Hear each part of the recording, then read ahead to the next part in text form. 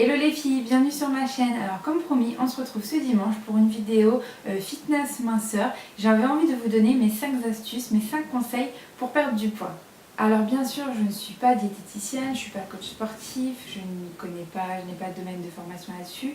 Je vous partage juste ce qui a marché pour moi, ce que je recommanderais à mes amis les plus proches. Et voilà, j'espère que ça va vous plaire. Alors c'est parti tout de suite pour mes 5 conseils fitness minceur. Alors, mon conseil numéro 1, c'est de bannir le mot régime de votre vocabulaire. Vous n'êtes pas en régime. Il n'y a rien de pire que de se dire qu'on est en régime. Ça donne tout de suite une impression de s'affamer, une impression de ne pas profiter de la vie, de se restreindre, C'est pas ça, le but c'est pas ça, on n'est pas sur un régime de 2-3 mois, on est sur un mode de vie qu'on veut prendre. On ne veut pas perdre 10 kilos pendant les 2 prochains mois et en reprendre 20 pendant les 5 mois d'après. C'est absolument pas le but. Je sais que moi personnellement, le fait de me dire que je n'étais pas en régime, que je ne m'imposais pas de frustration, c'est ça qui m'a aidé à déclencher ma perte de poids.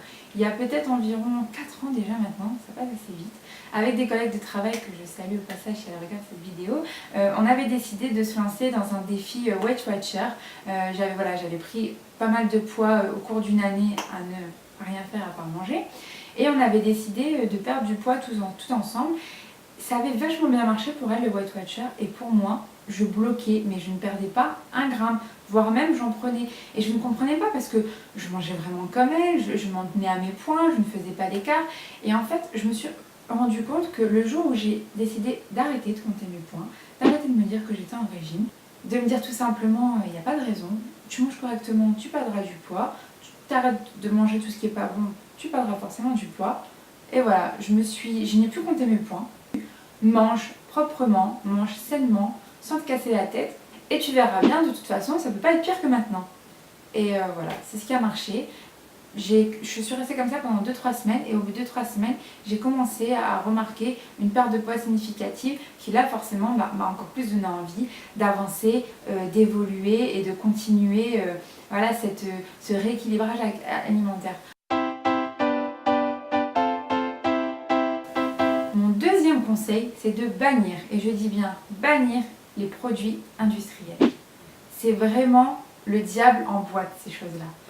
Il y a trop de sel, il y a trop de sucre, il y a trop de matière grasse, il y a plein de choses, produits chimiques, on ne sait même pas ce que c'est. Voilà, je sais que c'est plus simple, je sais que c'est rapide, mais franchement, avec un petit peu d'organisation, on peut faire soi-même ses propres préparations. Je vous ferai une vidéo là-dessus si ça vous intéresse, organisation alimentaire. Le dimanche, on se fait un plat légumes en énorme portion et on congèle. On essaye vraiment de s'organiser, mais le moins possible, on se réfugie dans les produits industriels. Et quand je dis produits industriels, même les produits industriels qui vous semblent sains, bien sûr, sans parler des pizzas industrielles, etc. Mais vous choisissez une salade, s'il vous plaît, prenez le temps, prenez-vous votre salade, rincez-la, ajoutez-y 2-3 tomates, vos crudités, mais ne prenez pas une salade toute préparée. Les 3/4 du temps, tous les minéraux, toutes les vitamines ont disparu, la salade a été traitée, retraitée, encore traitée, a été mise sous vide. Voilà, privilégiez s'il vous plaît le naturel. Et surtout dans les produits industrialisés, on évite, on bannit tous les produits industrialisés fitness. J'entends par là produits minceurs, produits fitness, produits sans sucre. Je vais vous l'apprendre à vous, c'est une arnaque et c'est même pire que mieux. Je vais vous prendre un exemple tout bête, celui que je rencontre au quotidien quand j'en parle avec des amis, avec ma maman d'ailleurs, les Special K, fitness, etc. le matin. Ça, c'est pas possible les filles. C'est juste du sucre en boîte. C'est absolument pas adapté pour votre régime. C'est absolument pas adapté pour une perte de poids. Tout simplement pourquoi ? Je vais vous expliquer assez rapidement. Dans ces céréales, il est très important d'abord de savoir lire les valeurs nutritionnelles sur l'étiquette. N'hésitez pas à retourner votre paquet et à lire dessus ce qui est marqué dedans. Et là, tout de suite, c'est le drame. Regardez un petit peu pour 100 grammes de céréales, le nombre de grammes de sucre. On avoisine souvent les 20 grammes, 30 grammes de sucre. Vous vous rendez compte, c'est énorme. Petit exemple, apprenez à lire les portions derrière. Ne vous laissez pas leurrer par la petite étiquette devant pour une... comment ça s'appelle ? Pour une portion moyenne de 30 grammes.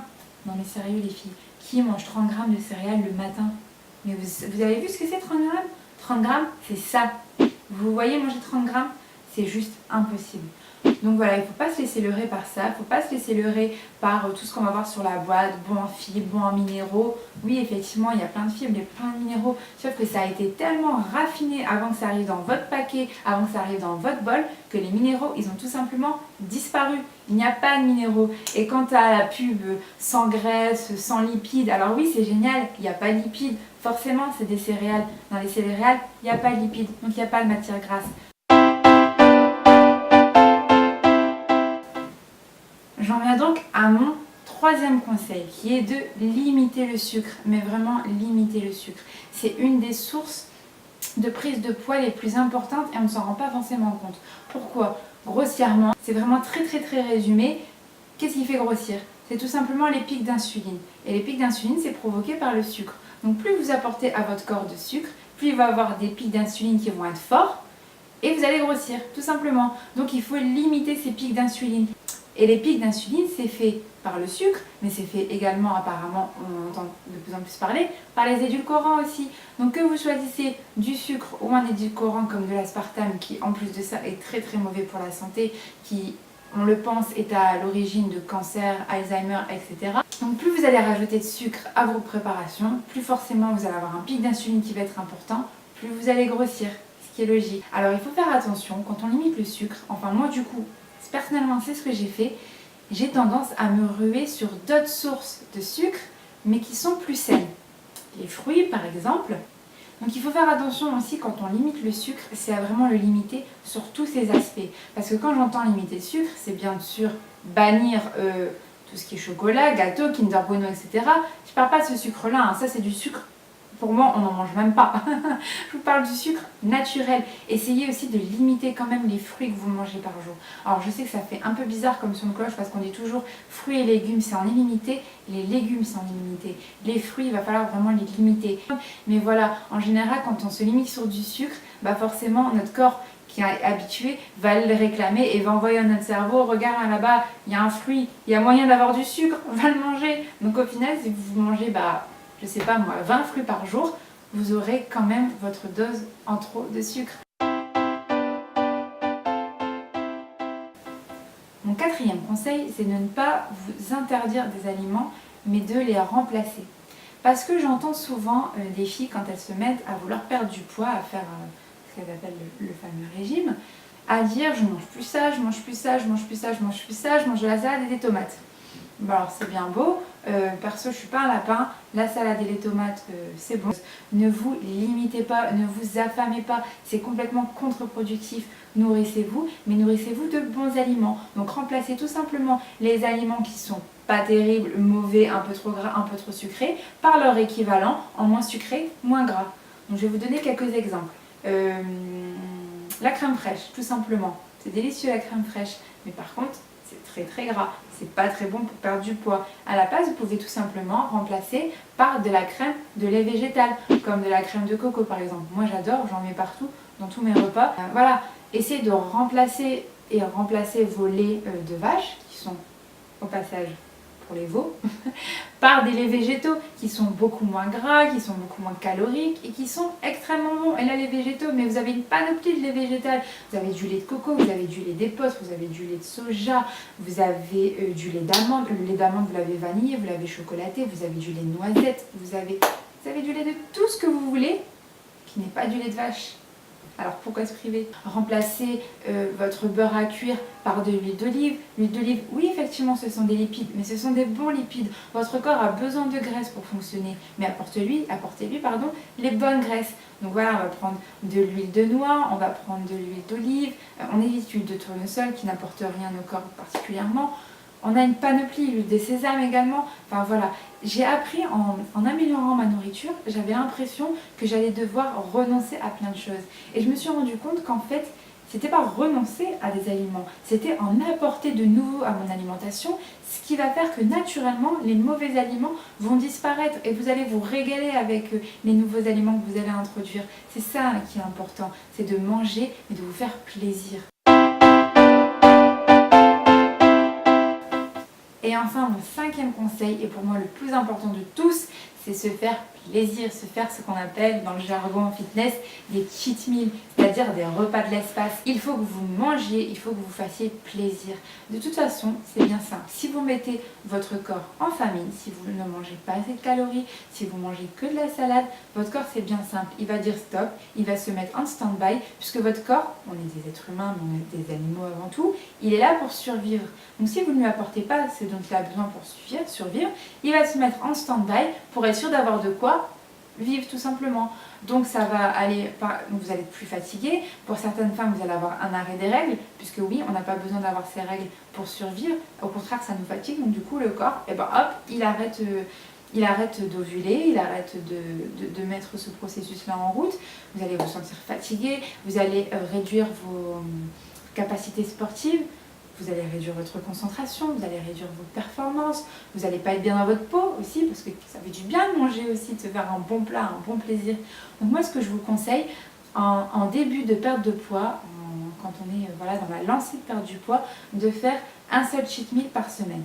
Je trouve que c'est bien parce que, en fonction des personnes, si après vous perdez naturellement, que vous ne prenez pas énormément, vous ne stockez pas énormément, vous pouvez tout de suite faire 2 cheat meals. Mais vraiment, en début, j'en conseillerais un. Ça va relancer votre machine interne. Ça va permettre à votre corps de lui dire attention, t'as pas besoin de te mettre en famine, t'as pas besoin de te mettre en stop, je t'apporte ce dont tu as besoin. Et en fait, ça va permettre après de brûler encore plus de calories. Alors ouais, je sais que c'est bizarre à dire, mais le fait de manger beaucoup à un moment donné, ça va vous permettre après de rebrûler plus de calories, puisque vous permettez à la machine de se remettre en route. Alors voilà mes 5 conseils personnels que je voulais vous donner. Bien sûr, il en va de soi qu'il y a une activité physique à avoir aussi quotidienne. Alors on dit 30 minutes de marche rapide, 10 000 pas. Moi, je sais pas, personnellement, je fais pas 10 000 pas par jour, je suis à la maison, donc je m'amuse pas à tourner en rond chez moi. Mais voilà, je fais du sport autrement. Faites le sport qui vous plaît. Ne vous forcez pas à aller à la salle si vous n'avez pas envie d'aller à la salle. Si vous aimez le vélo, faites du vélo. Si vous aimez le trampoline, faites du trampoline. Si vous aimez le tennis, faites du tennis. Enfin voilà, faites quelque chose dans lequel vous voulez vous donner à fond. Et surtout, je veux qu'à la fin de votre entraînement, vous ayez sué, que vous soyez fatigué. Et si vous n'êtes pas à ce niveau d'épuisement, voilà, vous avez envie d'une bonne douche et de vous reposer, c'est que vous pouviez donner encore plus. Voilà, allez-y à fond, donnez-vous au maximum. Mais surtout, toujours en vous faisant plaisir, et il faut que votre mode de vie vous plaise, car s'il ne vous plaît pas, non seulement psychologiquement vous allez vous bloquer, vous n'allez pas perdre de poids, et en plus de ça, ça ne va pas durer sur le temps. J'espère que cette vidéo vous a plu. N'hésitez pas à me dire ce que vous en avez pensé. Si vous avez des astuces aussi à partager, faites-le en commentaire. Et dites-moi si vous souhaitez d'autres vidéos dans ce style, donc des vidéos sur la mode un peu healthy, sur tout ce qui va être sain. Si vous voulez des vidéos sportives aussi, je pensais vous faire prochainement un peu ma routine sport semaine. Je vous souhaite un très bon dimanche et je vous dis à la semaine prochaine. Ciao!